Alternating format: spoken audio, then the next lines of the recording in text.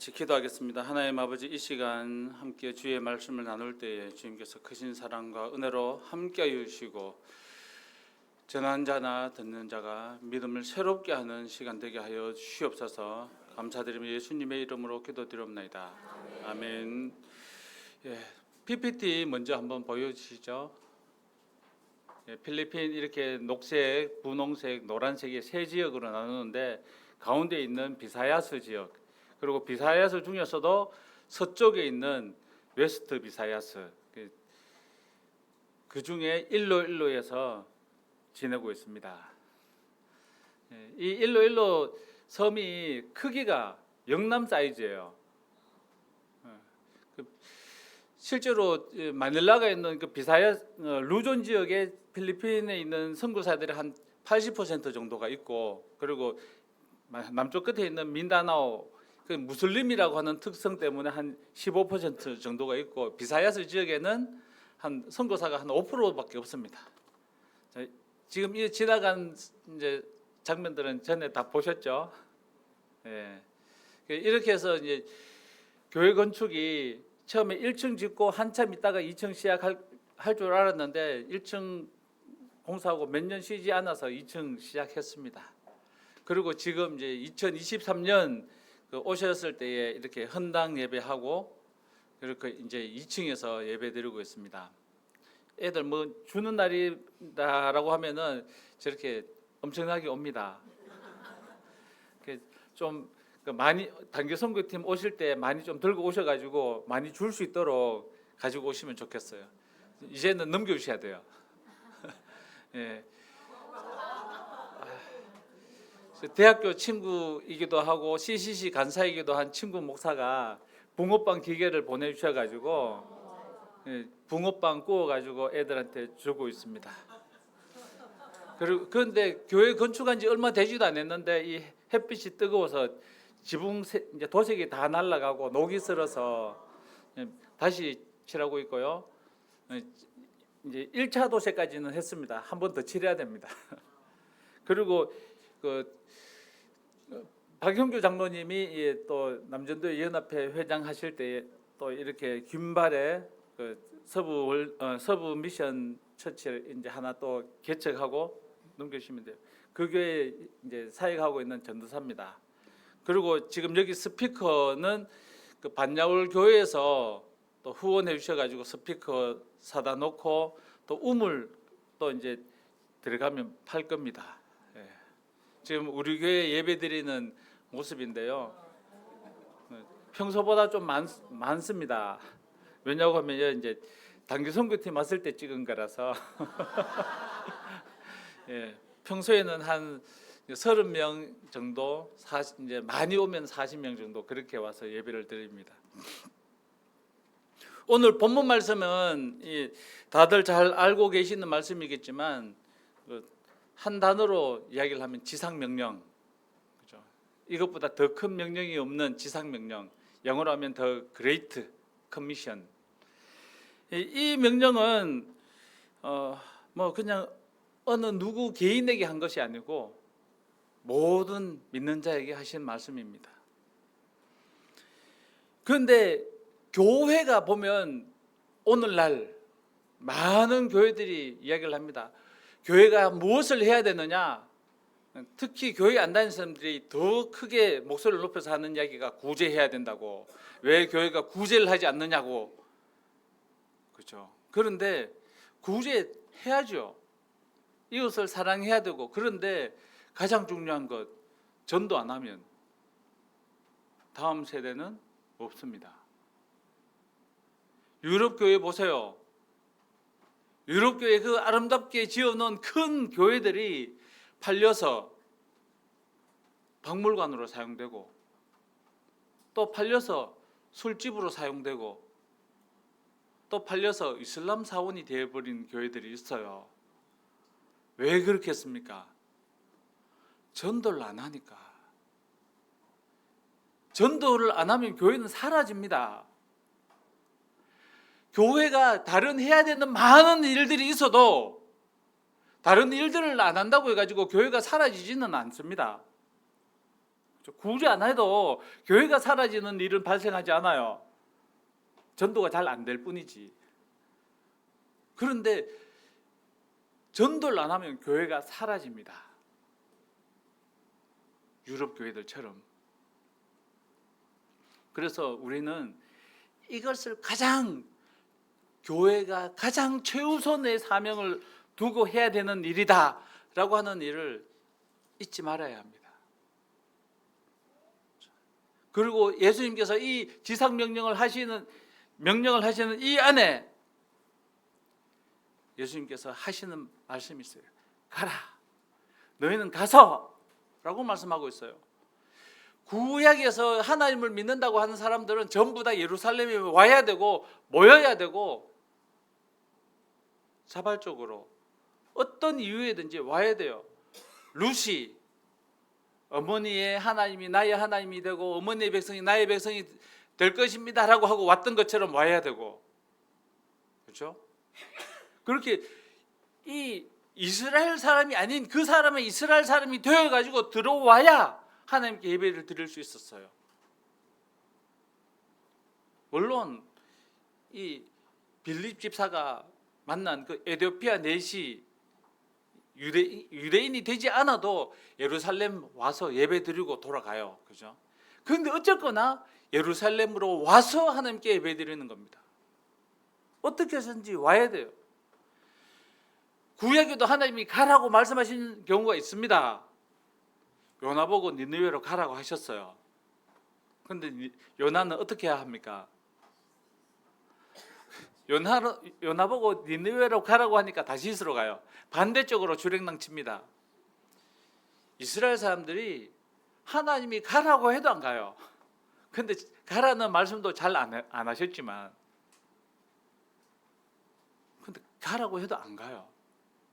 그런데 신약에 와서는 예수님께서 바로 하신 말씀이 첫 번째 단어가 너희는 가서 가라는 겁니다.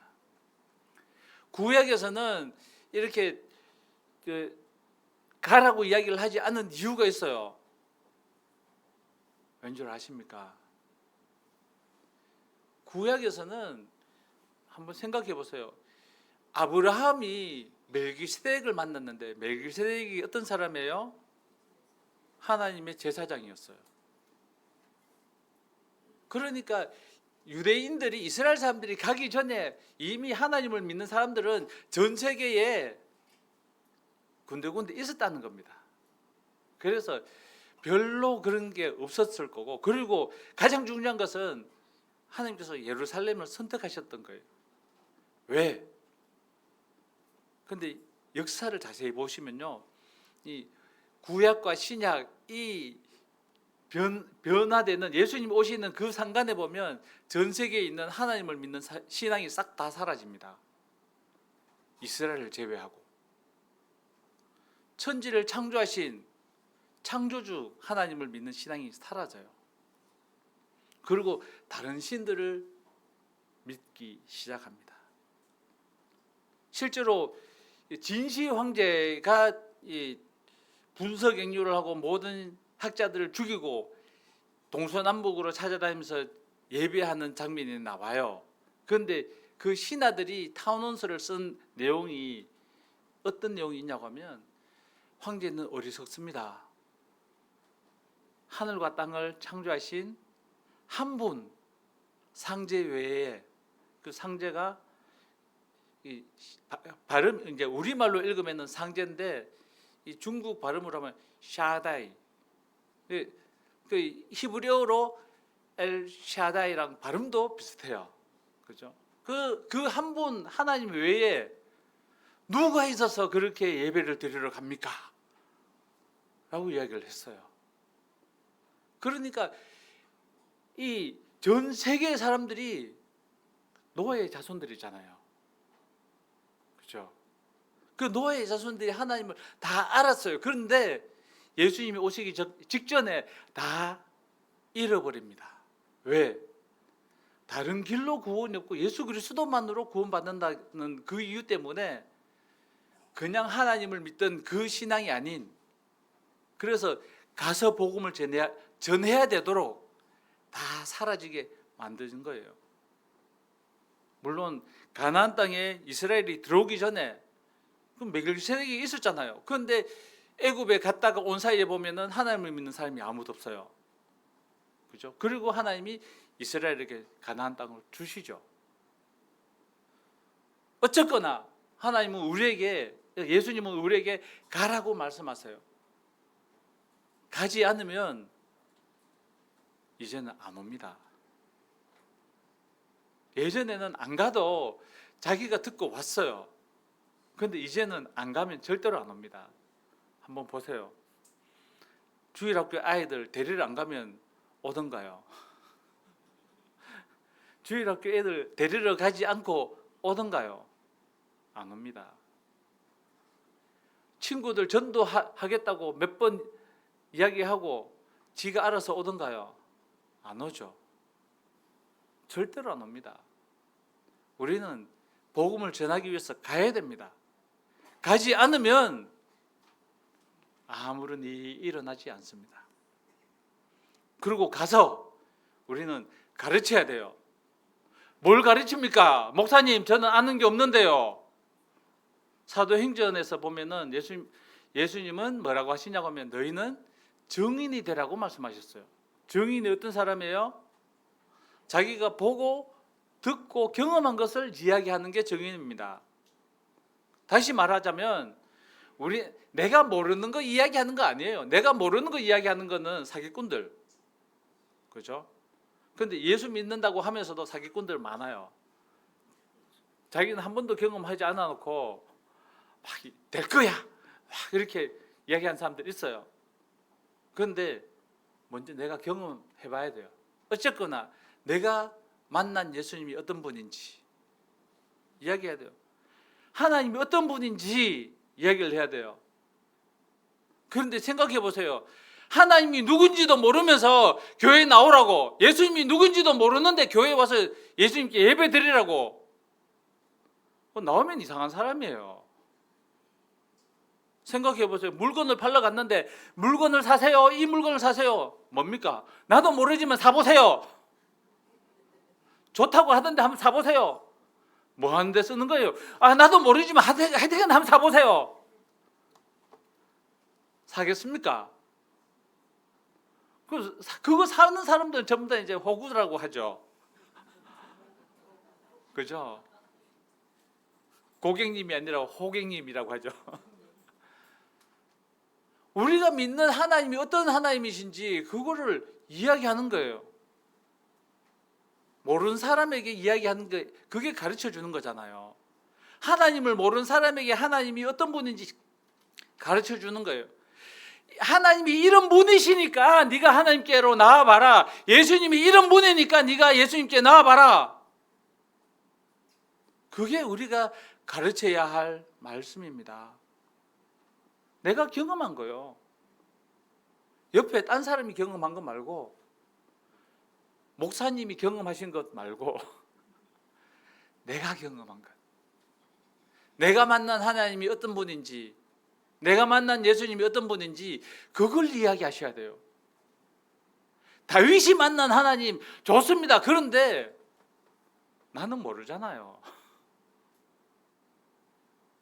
내가 만난 하나님이 어떤 분인지 그걸 이야기하시는 게 증인이에요. 그런데 자기는 경험해 보지도 않고 다윗이 만난 하나님이 다윗의 하나님이 어떤 하나님이고 엘리야의 하나님이 어떤 하나님이고 이야기해 보세요. 별 영향력이 없습니다. 그런데 내가 만난 하나님 그거요. 그게 진짜 영향력이 있는 겁니다. 내 가족, 내 이웃을 보면요. 그 사람들은 나를 알아요. 그 사람들이 나를 모를 것 같아요? 알아요. 그런데 친한 친구들, 내 가족들 전도하는 게 왜 어려운 줄 아세요? 그 사람들이 나를 아니까 어려운 거예요. 예수 믿으라고 하는데 하는 거 보면 개떡 같고 누가 믿겠어요? 난 니나 믿으라 그러지. 아이고 네 하는 거 보니까 네가 믿는 하나님이 어떤 하나님인지 알겠다. 뭐. 그러니까 영향력이 없는 거예요. 그런데 내가 경험한 것을 이야기하는 거예요. 그런데 그래도 하나님이 내게 이런 일들을 하셨다고 그러냐? 그런데 예수님께서 내게 이렇게 해주셨다고, 내 기도를 이렇게 들어주셨다고 그래? 내가 경험한 것을 이야기할 때는 달라져요. 내가 모르는 이야기, 내하고 상관없는 이야기를 하면은 의미가 없고 그냥 TV 드라마 속에 있는 이야기처럼 그렇게밖에 느껴지지 않는 겁니다. 그런데 내가 경험한 것을 이야기해 보세요. 진짜 그러나?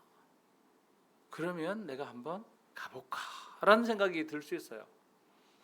저희 아버지 사촌 저한테는 뭐 정확하게 이야기하기 좀 힘들어요. 아버지 고정 사촌인가 그러셔가지고 뭐 그냥 고모라고 불러요. 근데 그 고모부님이 몇 해 전에 돌아가셨어요. 그런데 저희 아버지를 불러다 놓고 말씀하신 거예요. 내가 천국 가야 되겠다고. 내가 천국 가야 되겠다고. 어떻게 해야 되겠냐고. 내가 우리 집 사람하고 전부 다 보니까 못 믿겠지만 근데 천국 가야 되겠다고. 왜 자기 부인도 열심히 교회 다녔는데 물론 띄엄띄엄 이제 결석도 많이 했지만 왜 꼭 우리 아버지 불러다 놓고 이야기했겠어요? 삶의 간증이 있으니까요. 삶을 봤으니까.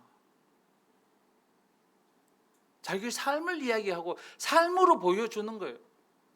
그런데 내가 경험하지 않은 걸 이야기하는 사람들은요, 효과가 좀 그렇습니다. 뭘 가르쳐야 된다고요? 내가 경험한 거예요. 그걸 가르쳐 주면 그 사람들이 나올 수 있습니다. 그런데요,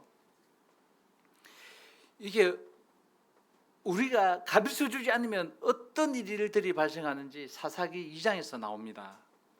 사사기 2장에 이 여호수아가 죽고 장로들이 다 죽고 그러고 나서 그들을 하나님이 어떤 일을 하셨는지 알지 못하는 그들을 향해서 뭐라고 표현하냐고 하면 다음 세대가 아니에요. 다른 세대라고 표현해요. 우리가 우리 자녀들을, 우리 자손들을 가르치지 않으면요, 그들은 다음 세대가 아니고 다른 세대가 되어버려요.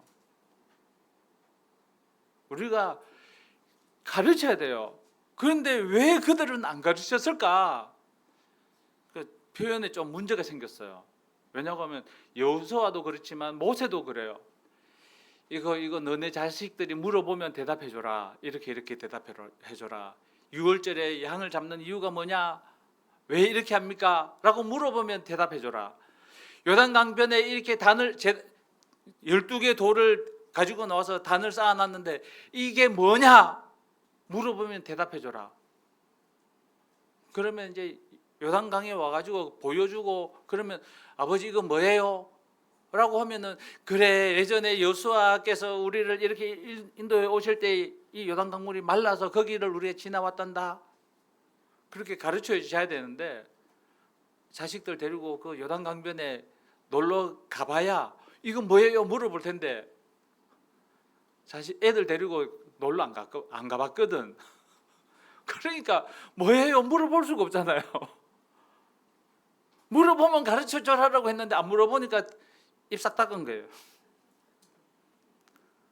6월절 그냥 양 잡고 하는데 이게 무슨 의미예요? 물어보면 대답해 줘라고 했는데 안 물어보거든. 요즘 애들이 하는 말 있죠. 안물안금. 안 물어보면 대답하지 말라고. 그런데요, 저는 저 뒤에 제 아들이 있어요. 근데 안 물어봐도 저는 자꾸 이야기해요. 계속해서 이야기해요. 믿어질 때까지. 하나님이 6일 만에 세상을 창조하셨어. 못 믿으신 분들이 좀 있는 것 같은데요. 저는 제 아들한테 이야기합니다. 그래서 여섯째 날 모든 동물들과 사람을 만들었어. 그래서 공룡도 여섯째 날 만들었고 사람도 여섯째 날 만들었어. 한 날에 다 있었어. 저는 제 아들에게 그렇게 가르쳤어요. 안 믿으시는 분들이 많은 것 같아요. 그런데 저는 끊임없이 학교에서 나중에 가면 쥐라기, 백악기 이야기하면서 이 다른 시대 몇백만 년의 차이를 가지고 있었다라고 가르칠 거야. 그런데 성경은 우리에게 이렇게 가르쳐. 너는 성경대로 믿어야 돼. 저는 끊임없이 물어보기 전에 계속해서 가르쳤어요. 근데요, 우리는 가르쳐야 돼요. 모르니까 가르쳐야 돼요. 그 사람들이 왜 하나님을 믿어야 되는지, 하나님이 어떤 분인지 모르니까 가르쳐야 돼요. 그런데 예수님은 또 제자를 삼으라고 말씀하셨어요. 어떤 사람이 제자라고 한 줄 아세요? 1 더하기 1은 2 이런 거 가르쳐 줬다고 해갖고 선생님, 제자 뭐 이렇게 잘 이야기 안 해요. 스승과 제자라고 이야기하려면 어떻게 해야 될까요? 예수님은 제자들을 만들기 위해서 3년을 같이 먹고 자고 같이 다니셨어요. 시간을 내놓고 써야 돼요. 그렇죠? 시간을 드려야 돼요. 제가 대학교 다닐 때 CCC에 있었어요. CCC에서 순장과 순원은 어떻게 하냐고 하면 일주일에 한두 시간씩 모여서 성경 공부해요. 그게 끝인 줄 아세요? 성경 공부가 끝나고 나면 손잡고 전도하러 갑니다. 점심시간에 같이 밥 먹으러 가고 밥 먹고 나서 또 전도하러 가요.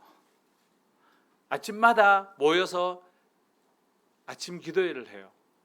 그리고 점심 때 다른 사람들 전도하러 가는 그 모임에 또 손잡고 가서 같이 또 전도하러 가요. 같이 다닌다니까요.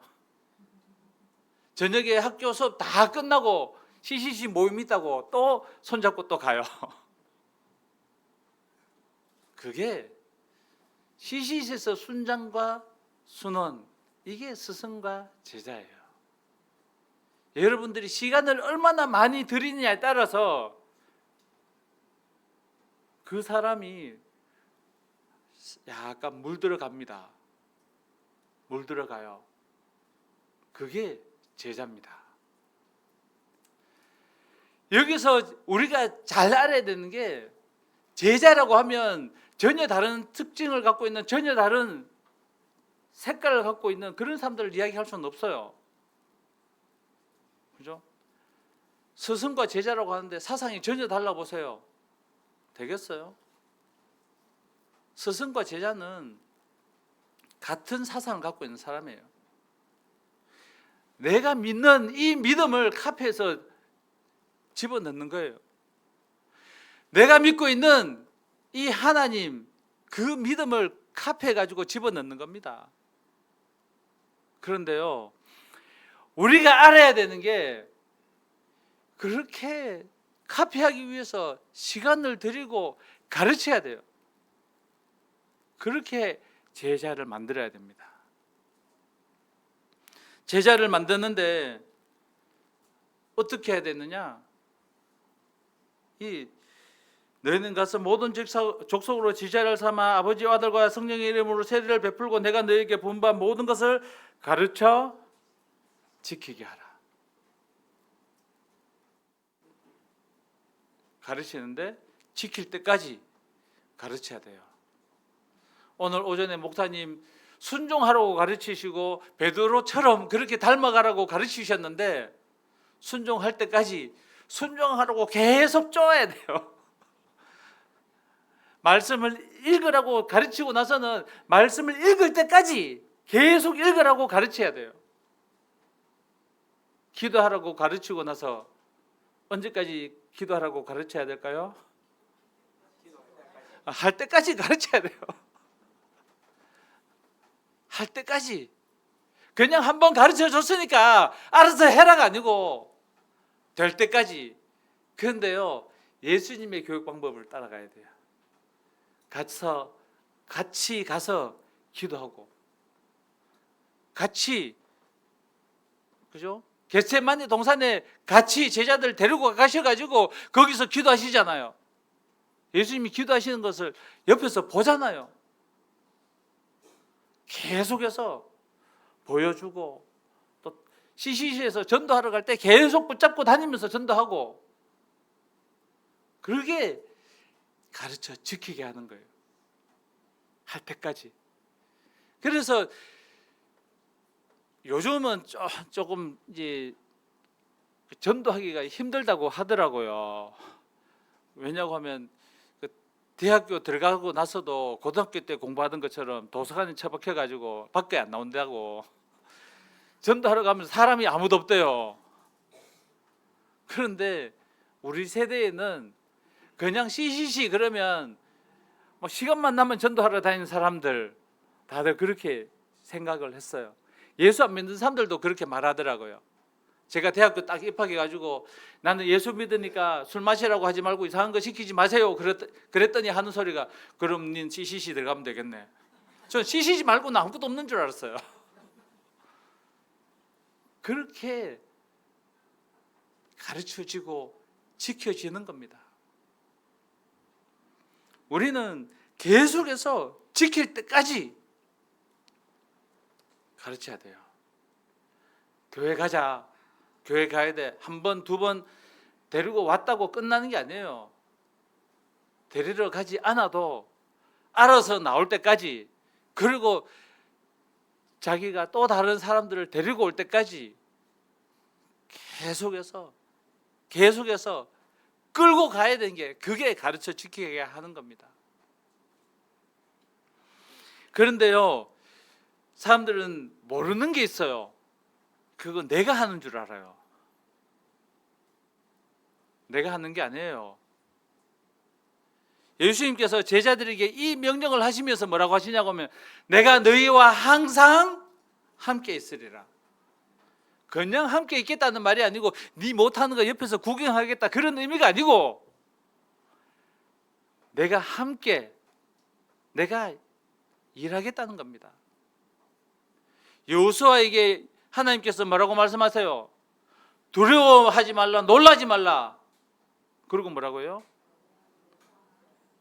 함께 있겠다, 그 말이에요. 이게 하나님께서 하실 일이기 때문에 그냥 너는 겁낼 필요가 없다는 거예요. 그런데 예수 믿는 사람들이 전도할 때, 하러 갈 때마다 겁내는 이유가 뭐냐고 하면, 내가 전도하는 거니까. 뭐라고 해야 되지? 뭐라고 하면 교회에 나올까? 걱정하지 마세요. 하나님께서 하시는 겁니다. 우리의 믿음이 어떠하냐가 문제지 무슨 말을 하느냐가 중요한 게 아닙니다. 정말 내가 기도하고 믿음으로 가면 하나님께서 하시는 거예요. 그런데 내가 하는 줄 알고 막 긴장이 돼가지고 무슨 말 해야 될지 막 걱정하는데요. 제가 극단적인 예를 하나 들어줄까요? 어떤 아이가 전도하러 갔어요. 아저씨, 예수 믿고 천국 가세요. 니나 믿어라 야야. 그러면 예수 믿지 말고 지옥 가세요. 그랬더니요, 이 할아버지의 머릿속에 예수 믿지 말고 지옥 가세요, 그게 뱅글뱅글 돌아가지고 교회 나오신 분이 있대요. 또 다른 이야기 해드릴까요? 중국의 어떤 이제 교황 교수로 가서 복음을 전해야 되겠다고 하신 분이 가서 있었는데, 기도하는데 전도하지 마라. 전도 안 하면 선교사로 와서 뭐 하냐. 그러다가 계속 그런 말씀이 들리는 것 같아서 뭐 그냥 강의나 열심히 하다가 가야지 그랬는데, 그 중국 공산당 한 놈이 와가지고 고백을 하더래요. 교수님, 지금까지 추방당했던 사람들 전부 다 제가 고발해가지고 쫓겨난 겁니다. 그리고 이 친구가 자기 죄를 자백하고 예수 믿겠다고 하고 난 다음부터 이 친구가 한 명씩 데리고 와요.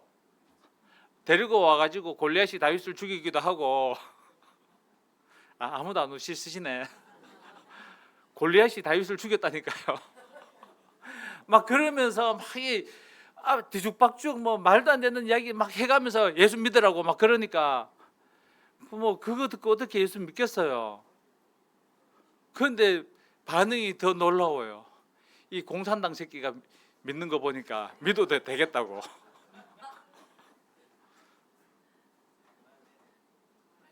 하나님이 역사하시면요, 말도 안 되는 그런 일들이 일어나요. 그게 내가 하는 거겠어요? 그 공산당이 그 막 골리앗이 다윗을 죽이고 막 이런 이야기 가지고 전도가 되겠어요? 그런데요, 하나님이 하시면 골리앗이 다윗을 죽이든 다윗이 골리앗을 죽이든 같이 죽든 상관없어요. 하나님께서 그 마음을 만져주시면요, 하나님이 이끌어 주시면 뭐 좀 삐딱해도 상관없고요, 거꾸로 돼도 상관없어요. 그러니까 전도하러 나갈 때 무슨 말 해야 될지 자꾸 너무 걱정하지 마세요. 그냥 기도하고, 하나님, 내가 전도하고 싶은데, 이 친구 꼭 예수 믿게 하고 싶은데 이 친구를 만져주세요. 주님 앞으로 데리고 와주세요. 그렇게 간절한 믿음을 가지고 기도하시고 가시는 거예요. 그러면 하나님께서 만져주세요. 그러면 끝나는 겁니다. 또 한 가지, 제가 선교사잖아요. 선교사인데 선교사 사람들이 고생 많으십니다. 힘드시죠? 뭐 한국에 요즘 더 어렵다는 이야기 많이 듣습니다. 한국이 더 어렵다는 이야기도 많이 듣고요. 그런데 선교하시느라고 고생 많으십니다. 선교사가 선교하는 거 아닙니다. 교회가 하는 겁니다. 선교사를 보내는 것도 교회예요. 선교사가 지 머리에 지 손 얹고 막 가는 거 아닙니다. 교회가 보내는 겁니다. 선교사를 위해서 기도하는 것도 교회가 하는 겁니다. 선교를 위해서 물질로 동참하는 것도 교회가 하는 거지. 선교사가 무슨 돈이 있어 갖고 뭐 나눠줄 게 뭐가 있겠어요. 근데 교회가 이렇게 모아서 주시니까 나눠줄 것도 있고 붕어빵도 만들어 줄 수도 있고. 한국 교회가 이렇게 선교사가 하는 게 아니고 교회가 하는 겁니다. 그냥 선교사는 거기서 그냥 서 있는 겁니다.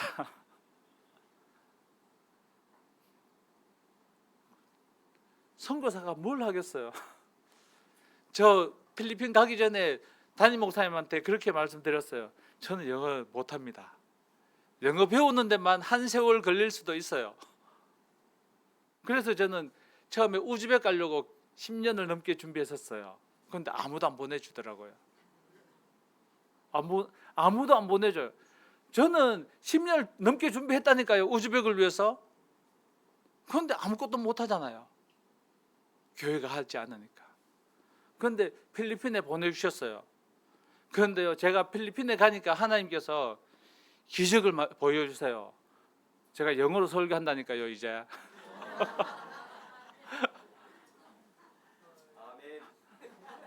제게는 이거 기적 같은 일입니다. 중학교, 고등학교, 대학교 영어 시험 칠 때 영어 시험 치는 것 중에서 답을 알고 쓴 게 거의 없어요.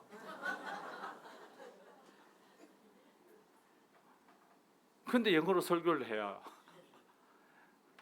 기적 같죠. 그런데요, 그냥 하나님께서 보내시고 그곳에 서 있는 거예요. 그런 교회가 보내가지고 가서 서 있으니까 하나님께서 하시는 겁니다. 조금 전에 교회 헌당 예배 드린 장면 보셨잖아요. 그 교회가 어떻게 만들어졌겠어요? 한 4억 정도 들었습니다. 서부교회에서 한 4억 주셨으면 참 감사하겠는데 1,000만 원씩, 2,000만 원씩, 3,000만 원씩 그렇게 찔끔찔끔 그렇게 받아서 동대구 남전도회, 동대구 장로회, 대구 여전도회, 대구 남전도회 이렇게 여기저기서 그렇게 받아가지고 된 겁니다. 한 푼도 없이 그냥 근데 하나님께서 채워주셨어요.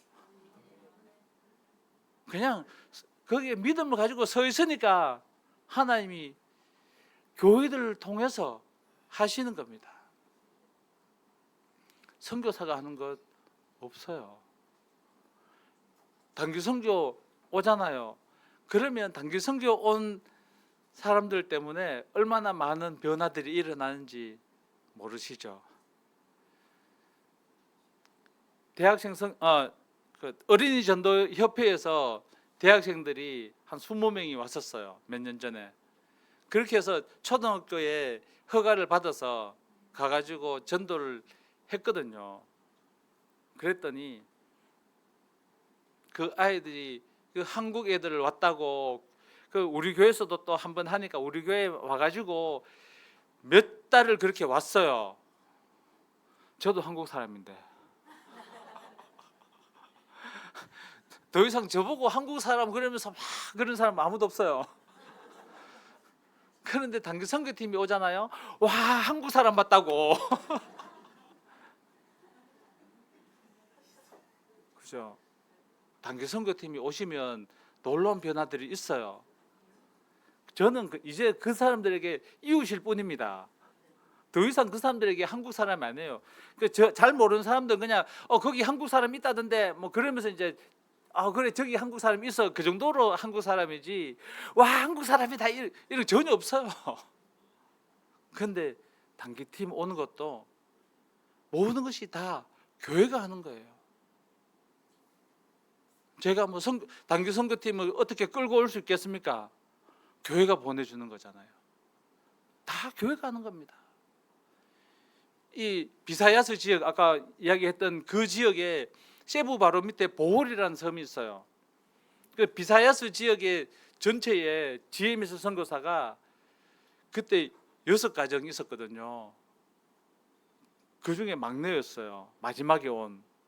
그런데 가장 먼저 철수했어요. 왜? 교회가 우리 안 하겠다고 하니까. 교회가 안 하니까 끝나는 거예요. 선교사가 하고 싶어도 할 수 있는 게 아니에요. 교회가 하는 겁니다.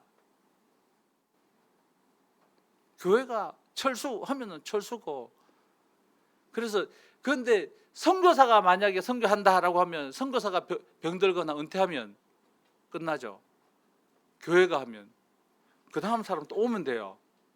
다른 사람이 대타로 오면 돼요. 그런 순복음 노원교회는 그렇게 하더라고요. 센터를 지어놓고 신학교를 하는데 5년 있다가 다른 사람이 와요. 그리고 2년 있다가 다른 사람이 와. 3년 있다가 다른 사람이 와. 교회가 하는 겁니다. 계속해서 바뀌어요. 제가 가기 전에 10년 전에 왔다가 갔던 사람이 다시 오기도 하고요. 그렇게 교회가 하는 게 건강합니다. 왜? 그래야 계속 되거든요. 선교사가 병이 들어도 계속되고 선교사가 은퇴를 하더라도 계속 하는 겁니다. 그게 교회가 하는 거예요. 선교사가 하면 할 수 있는 게 별로 없습니다. 교회가 하는 겁니다. 제가 무슨 힘이 있겠어요? 여러분들이 기도해 주니까 거기서 사는 겁니다. 코비드 기간 동안에 꼼짝 마라 하는데 뭐 병 걸리면 어떡하겠어요? 근데 기도해 주시니까 안 걸렸어요.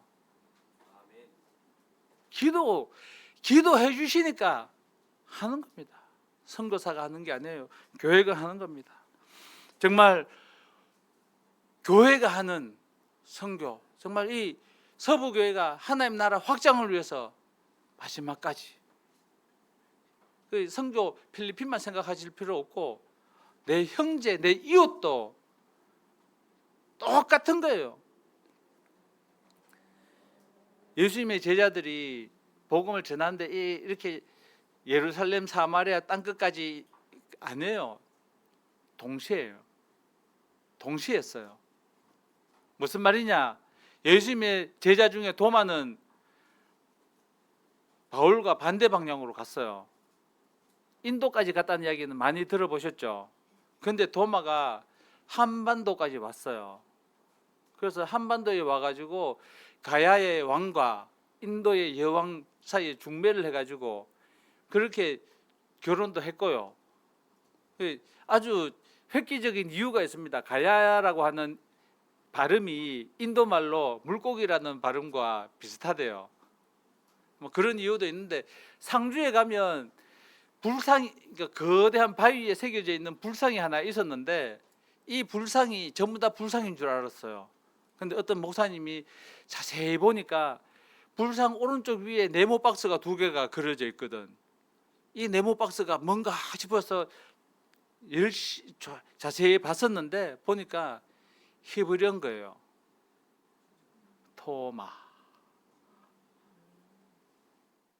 도마가 왔던 흔적이 남아 있는 거예요. 그런데 복음을 잃어버리니까, 전하지 않으니까 사라진 거예요. 그리고 100여 년 전에 다시 선교사들이 들어온 겁니다. 우리는 전해야 돼요. 전해야 교회가 살아남습니다. 아멘. 전하지 않으면 교회는 사라질 수 있어요. 유럽에서 교회가 사라져가는 것처럼 한반도에 도마가 왔었어도 교회가 사라진 것처럼 사라질 수 있습니다. 정말 생명 걸고 복음을 전하는 그러한 믿음의 사람들이 다 됐으면 좋겠습니다. 기도하겠습니다. 하나님 아버지, 주의 크고 놀라우신 사랑과 은혜를 다하여 주시옵시고 날마다 복음을 전하는 주의 일꾼들 삼아 주시옵시고 우리의 삶 가운데 주의 크신 사랑과 은혜가 날마다 나타나게 하여 주시옵소서. 감사드리며 예수님의 이름으로 기도드리옵나이다. 아멘.